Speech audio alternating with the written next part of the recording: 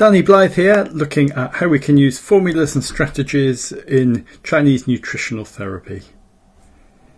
Please pause and read this. This is for Chinese medicine students only. So what are these formulas and strategies? We basically have old recipes that form the heart of Chinese herbal medicine, some of them dating back right to the Han era and adapted and changed since then. They describe common situations rather than a single pattern. So they might describe liver qi stagnation, liver blood deficiency, spleen qi deficiency and damp, for example. A common kind of collection of patterns that we see clinically. They're built using standard recipes with different ingredients taking different roles within the recipe, and they act as blueprints that we then modify to suit the patient's specifics. So you'll often hear a herbalist talking about a Shengsha Liu Junzitang type or a Shao Yaosan type, describing that kind of balance of patterns that they'll see. Each one of them is kind of a lesson in Chinese medicine theory and treatment, so they're really useful things to study to improve our acupuncture and in this case our nutritional therapy. So the ingredients in a formula, they're described using an old hierarchy of chief, deputy, assistant, envoy, and the combination of ingredients is actually as important as the ingredients themselves. They're often processed, so we might have a herb or a food that is honey fried or dry fried or soaked in salt to change its properties, and they're based on the energetics, which means the taste, the qi or temperature, the channels entered, and to some degree the actions, and the use is explained in terms of substances and circulation of qi. So we might have tang, which are soups, it's translated as prescription or tea or soup, basically boiled in water. So this is like in nutritional therapy, cooking sous, stupes and congees. We might have a san, which is a powder, so ground up ingredients. So this might be like a spice mix in nutritional therapy. We might have a wan, which is a pill or a tablet, big round pill. Occasionally we see dan, which are elixirs, transformational formula, or yin, which are drinks or fluids like a smoothie or a tea. They're categorized according to the Bafa, or the 8 methods or strategies. So these are sweating, vomiting, draining downward, harmonizing, warming, clearing, reducing and tonifying. So these form the kind of 8 basic different types of formulas and strategies. The hierarchy of ingredients is really important. So we have the chief, the deputy, the assistant and the envoy. And the idea is that, like with all things in Chinese medicine, the combination is greater than the individual parts. So constructing a formula needs really careful arrangement, both in terms of choice of ingredients but also dosage. The chief is the primary ingredient, has the greatest effect on the main pattern. It's essential for the formula, usually has the largest dose or the largest relative dose. There may be more than one chief, especially if there's more than one principal pattern, and it would make this kind of star ingredient of a recipe. So if we're making a chestnut pie, there might be 20 ingredients, but the chestnut is the star.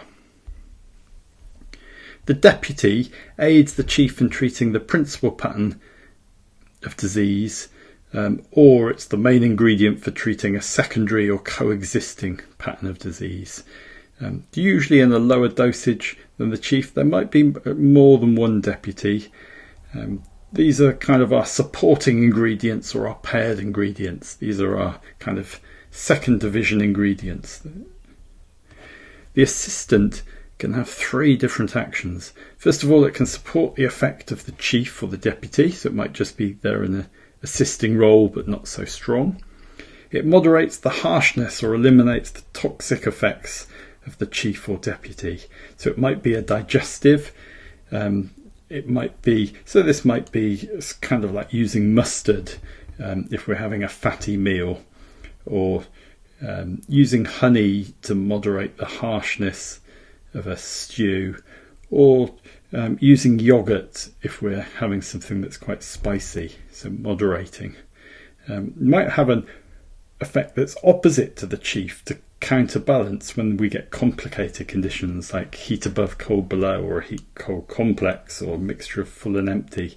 So this is like if we're cooking cucumber or serving cucumber, we might use garlic or chili or something like that to counterbalance it, have an opposite effect but a milder ingredient. Dosage is usually very small compared to the chief and deputy, and we may get more than one assistant. And finally, the envoy focuses or leads the formula to a certain channel or body part. So for example, vines go to the limbs, flowers go to the head, nuts sink. So harmonizes and integrates the other ingredients. So licorice is a really common one used in herbal medicine.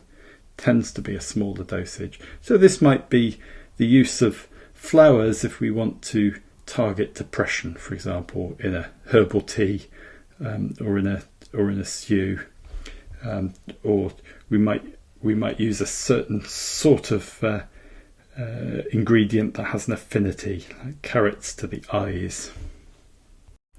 We can use these traditional formulas to create some recipes and use in nutrition using the same principles. So for example, Tang, which is two matured soup, called two matured soup because it has two aged ingredients in it. It's for phlegm damp. It's your basic kind of building block used for phlegm damp. So cough with thick, sticky, easy sputum, tight chest, nausea and vomiting, dizziness. It's used for Western medical conditions like nausea and vomiting, morning sickness, bronchitis, chronic Meniere's disease, peptic ulcer. Because it's drying, we have to be careful with lung yin-shu or dryness, and because it's heating, we have to be careful with stomach fire. And it's based on an old formula. It's one of the three foundation formulas of Zhu Danxi. He had this one for phlegm, he had Su Tang for blood, and Su Junzi Tang for qi deficiency, which were his three kind of building block formulas. So ingredients wise, we have two chiefs, the two aged ingredients, which are Bansha, Panelia, and Chempi, which is mature tangerine peel. Panelia is spicy and warm, and it dries, damp, clears phlegm, descends the stomach qi. Chempi is spicy, bitter, aromatic and warm, and it fragrantly awakens the spleen with its aromatic quality, moves the qi in the middle jiao with its spicy, bitter, warming nature. The deputy is Fuling, which is a type of poria fungus. It's sweet and bland and neutral, so it leaches out damp, drains damp from the middle jiao, and also helps to strengthen the spleen qi and has a descending nature. And the assistant is honey fried licorice. It's honey fried to make it more tonifying. It's sweet and neutral or slightly warm, and it strengthens the spleen qi. So if we think of this like washing a dirty pan, we could say that the Bansha is like soap. We're cutting through the fat. And this is like in acupuncture using stomach 40. The Chempi, the tangerine peel, is like the brush, moving, getting everything moving. And if we were doing a similar thing in acupuncture, we might use liver 3 or stomach 36 to get the qi moving. Fuling is draining the dirty water, replacing the fresh water. It's like using spleen 9 in acupuncture to drain the dampness, clear all the murkiness away. Zhegan Sao is giving us the strength to actually scrub away at this pan. So this is like using Ren 12 with tonifying. These would all be with even technique. How do we replicate this in a recipe? Let's look at garlic basil roasted chickpeas. So our chief is going to be garlic to cut through, warm up and clear that phlegm damp. Basil to be aromatic and get everything moving in the middle jiao. Our deputy is going to be chickpeas that are bland, help to drain the damp and nourish the spleen. And we'll serve it with a small amount of grain to act as our assistant, to be sweet and neutral. So we'll mix together the ingredients, garlic, basil, chickpeas, with 1.5 tablespoons of good quality oil, season with salt and pepper, and we can either fry them until they're cooked, which will be more warming, or we can toast them in the oven until they're nice and brown, which will be more heating. Another example, mushroom and caper sauce. So here our chief is going to be red onions chopped and 1/4 cup of capers, which are going to act as our drying and our moving. For our bland, we're going to have mushrooms to drain damp and phlegm and strengthen the spleen. And we'll have 1/3 cup of stock in that, or we'll serve it with some sort of grain or vegetables. And this goes well with pasta. So we fry off the onion and capers to soften it. We add the mushrooms and cook them to a brown. A couple of teaspoons of corn flour or thickener mixed in, and then add 1/3 cup of stock, or if you want it to be really tasty, some wine.